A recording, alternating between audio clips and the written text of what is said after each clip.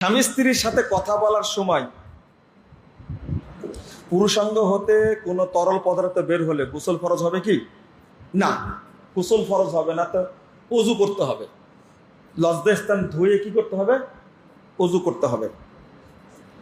ওই কাপড়ে সালাত আদায় করা যাবে কিনা? ওই কাপড়ে সালাত আদায় করা যাবে কিনা? যাবে।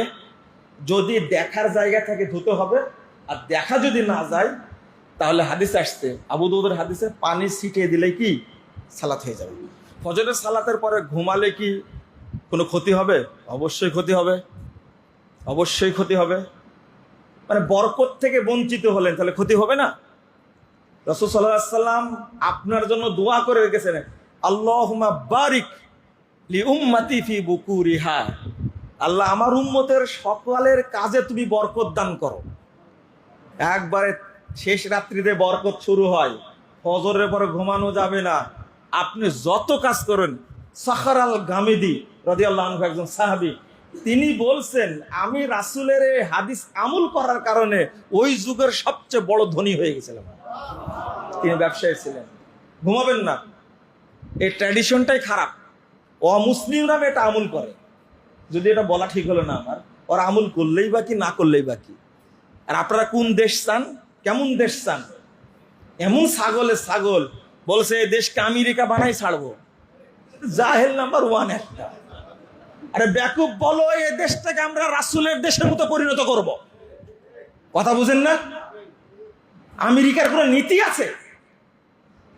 সেখানে ছেলে মেয়ের যৌন আচারে আস্তাগফিরুল্লাহ নাউজুবিল্লাহ ধর্ষণে ভর্তি। ইউকেতে এখানে মানুষ বাস করে, গরু ছাগলের দেশ। সেখানে বলেছে এই দেশকে লন্ডন বানা চালাবো 3 বছরের মধ্যে। বেকুব কোথাকার। কেউ বলছে সিঙ্গাপুর বানাবো। তওবা তওবা। যেখানে জেনার কোনো কি নাই, কোনো আইন কানুন নাই। ছেলে মায়ের সাথে জেনা করছে, সি সি সি। মা মেয়ের সাথে জেনা করছে, আস্তাগফিরুল্লাহ। মা কি বাপ মেয়ের সাথে জেনা করছে, আস্তাগফিরুল্লাহ আস্তাগফিরুল্লাহ। আর তুমি ওই দেশ বানাবে যে দেশে সুদ সম্পর্কে, ঘুষ সম্পর্কে কোনো নীতি নাই। শোনেন, আপনারা যেটা চাচ্ছেন আমাদের অন্তরের সাথে কি না, কিভাবে বলেন এই দেশটা একদিন জাপানের মতো হবে? জাহেল কোথাকার। জাপানে কোনো নীতি আছে? মুসলিম একটা নীতির মধ্যে চলে। তরুণ ভাইরা, ছাত্র ভাইরা, তোমরা তাওহীদের জ্ঞান অর্জন করো, ফাজিল কথা কখনো বলো না। অস্ট্রেলিয়ার মতো দেশ হতে হবে। সি নাউজুবিল্লাহ আস্তাগফিরুল্লাহ। বলো, রাসূলুল্লাহ সাল্লাল্লাহু আলাইহি ওয়াসাল্লাম যে দেশ গড়েছিলেন, 4 খলিফার দেশ ছিল, ওর মতো দেশ গড়তে চাই। অন্তত বলো, সৌদি আরবের কোনো সংবিধান নাই, কুরআন এবং হাদিসই হলো সংবিধান। সৌদি আরবের মতো দেশ গড়তে চাই, এটা অন্তত বলো। তা বলবে না, বলবে রাজতন্ত্র আছে। ও এখানে মানে বাপের বেটি যদি প্রধানমন্ত্রী হয় কোনো আপত্তি নাই, স্বামীর বউ যদি কেউ প্রধানমন্ত্রী হয় কোনো আপত্তি নাই। এটা নাকি রাজতন্ত্র না। বুঝলেন না কথা? আরে রাজতন্ত্র যদি গালি দেন আপনি, এটা হলো শিয়াদের কথা। আপনি বললেন কেন? আমি কথাটা মাঝখানে নিয়ে আসলাম, রাগ করবেন না। আল্লাহ রাসূলের পরে খলিফা কে হলেন বলেন? আল্লাহ রাসূলের পরে খলিফা কি আবু বকর হয়েছেন না শ্বশুর হয়েছেন?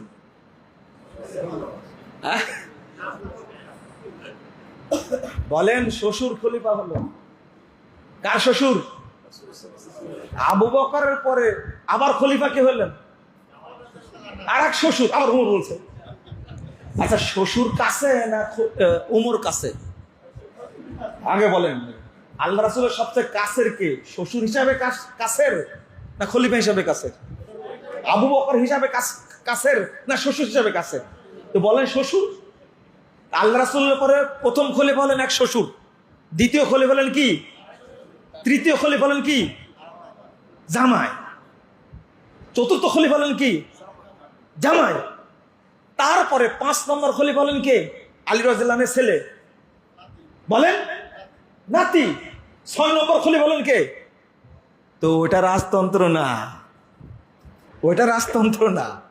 রাজতন্ত্র হলো মুয়াবিয়া রাদিয়াল্লাহু আনহু তার ছেলে ইয়াজিদকে দায়িত্ব দিয়েছেন, এটা রাজতন্ত্র, তাই না? পান্তা ভাত জাল দিয়ে খান বাঙালি, খালি বললো আর হলো। বাংলাদেশে রাজতন্ত্র চলে না। এখন যাকে আপনারা খলিফা বানাবেন, আল্লাহ যদি চাই, বলছেন যে তারেক রহমান হবে, তাই না? না, এটা জিয়াউর পুত না, এটা জিয়াউর রহমানের পুত না। বুঝেননি কথা? খালেদার পুত না, এটা খালেদিদার পুত না, এটা এটা কি তন্ত্র?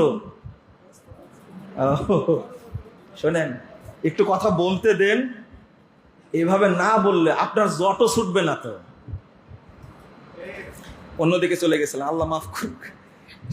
হাদিসে এসেছে, মহিলা ও কালো কুকুর যদি সালাত আদায়কারীর সামনে দিয়ে যায় তাহলে সালাত নষ্ট হয়ে যায়। এটাকে অনেক আলেম বলেন যে এখানে সালাতের একাগ্রতা নষ্ট হয়ে যাওয়ার উদ্দেশ্য, সালাত বাতিল হওয়ার উদ্দেশ্য নয়। এটা কি সঠিক? প্রথম কথা হলো, এই হাদিসটাকে মানসুখ বলেছে অনেকে। কারণ হলো রাসূল সাল্লাল্লাহু আলাইহি সাল্লাম সালাত পড়তেন আর মা আয়েশা রাদিয়াল্লাহু আনহার সামনে থাকতেন। সেজদায় যাওয়ার সময় পায়ে টোকা দিলে মা আয়েশা রাদিয়াল্লাহু আনহা কি করতেন? পাটা সরায় নিতেন। কথা বোঝা গেছে? তো ওই হাদিসটা কি? মানসুখ, হাদিসের হুকুম নেই। আর নেকি কম হবে, অনেকেই বলেছেন হাদিসের উদ্দেশ্য কি? নেকি কম হবে। এর থেকে বিরত থাকবেন। এর থেকে কি? সবচেয়ে কঠিন কথা, সালাত আদায় করার সময় যেন আপনার ওয়াইফ আপনার গায়ে আবার হাত না দেয়, খেয়াল রাখবেন।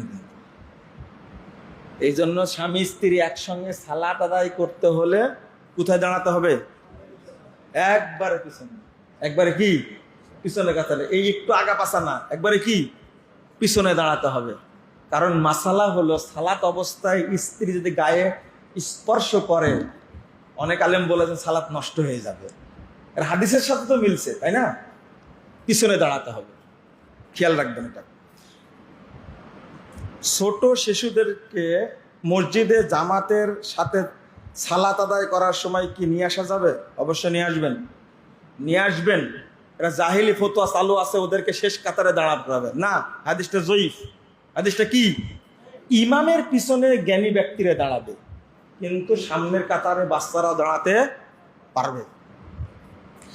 ইমাম যদি ভুলে 4 রাকাত বিশিষ্ট সালাতে পঞ্চম রাকাতের জন্য উঠে দাঁড়ায়, কিংবা 2 রাকাত বিশিষ্ট সালাতে তৃতীয় রাকাতের জন্য, কিংবা 3 রাকাত বিশিষ্ট সালাতে চতুর্থ রাকাতের জন্য উঠে দাঁড়িয়ে যান, আর পিছনে তাসবিহ বলের পরেও যদি না ফিরেন, এমন অবস্থায় সেই মুক্তাদি কি করবে? মুক্তাদি বসে থাকবে নাকি দাঁড়িয়ে অতিরিক্ত রাকাত করবে? না, ইমামের অনুসরণ করবেন। যত বড় প্রশ্ন করেছেন, মনে হয় কি বিপদই না আছে। আপনি ইমামের অনুসরণ করবেন। যদি ভুল করে ফেলে, পরে ইমাম কি করবেন? সরষেটা দিবেন। সালাতের তাওয়াররুক করা কি শুধু 3 ও 4 রাকাত বিশিষ্ট সালাতের জন্যই? জি। তাওয়াররুক বলতে নিতম্বর উপরে বসে ডান পায়ের নিচ দিয়ে বাম পা বের করে দিবেন, এটাকে বলে কি? তাওয়াররুক। এটা 3 রাকাত বিশিষ্ট এবং 4 রাকাত বিশিষ্ট সালাতে, অর্থাৎ যে সালাতে 2টা তাশাহুদ আছে, শুধু এই সালাতে চলবে। 2 রাকাত বিশিষ্ট সালাতে তাওয়াররুক চলবে না। আমাদের দেশে যে ধারণাটা আছে, বিভিন্ন সালাতের বই লেখা আছে, এই মাসালাটা সঠিক নয়। এই ব্যাপারে আমাদের দেশে কিছু কিছু আলেমদের মধ্যে ইখতিলাফ আছে, কিন্তু বড় বড় আলেমদের মধ্যে এই ব্যাপারে কোনো ইখতিলাফ নাই। যেমন ফজর সালাত কয় রাকাত? এখানে তাওয়াররুক করা যাবে না। স্পষ্ট নাসাইতে হাদিসে এসছে পায়ের উপরে বসতে হবে। কথা কি বোঝা গেছে? আমাদের প্রশ্নোত্তর আরকানুল ইসলাম আছে না, এটার মধ্যে আমরা আলোচনা করেছি এর উপরে। আমি প্রিন্টিং ব্যবসা করি। আমার ব্যবসা প্রতিষ্ঠানের ছবি সহ শিরিক, বিদআত, হারাম অনুষ্ঠান, বিভিন্ন অনুষ্ঠানে পোস্টার, লিফলেট, দাওয়াত কার্ডের কাজ করা হয়। এর সাথে অনেক ভালো বৈধ কাজেরও অর্ডার পাওয়া যায়। আপনি নিজেই এটাতে প্রশ্নবিদ্ধ, এটা ছেড়ে দেন, অন্য কাজ করেন। প্রথম কথা, হারামের সাথে সম্পৃক্ত অনেক কাজ আছে, সেগুলো করেন। যেমন কেউ যদি বলে ব্যাংকে চাকরি বৈধ কিনা, আমি বললাম যে ব্যাংকের চাকরি হারাম, ঝাড়ুদারের চাকরিও হারাম, দারোয়ানের চাকরিও হারাম। হ্যাঁ, ব্যাংকে। এখন বলছে কারা করবে? হিন্দুরা করুক। মেথরের চাকরি কি সবাই করে? বুঝেননি কথা? মেথর বুঝেন কি? এই চাকরি কি সবাই করে? এক শ্রেণীর মানুষ করে, তারা করুক। বুঝেননি কথা মনে হয়, তাই না?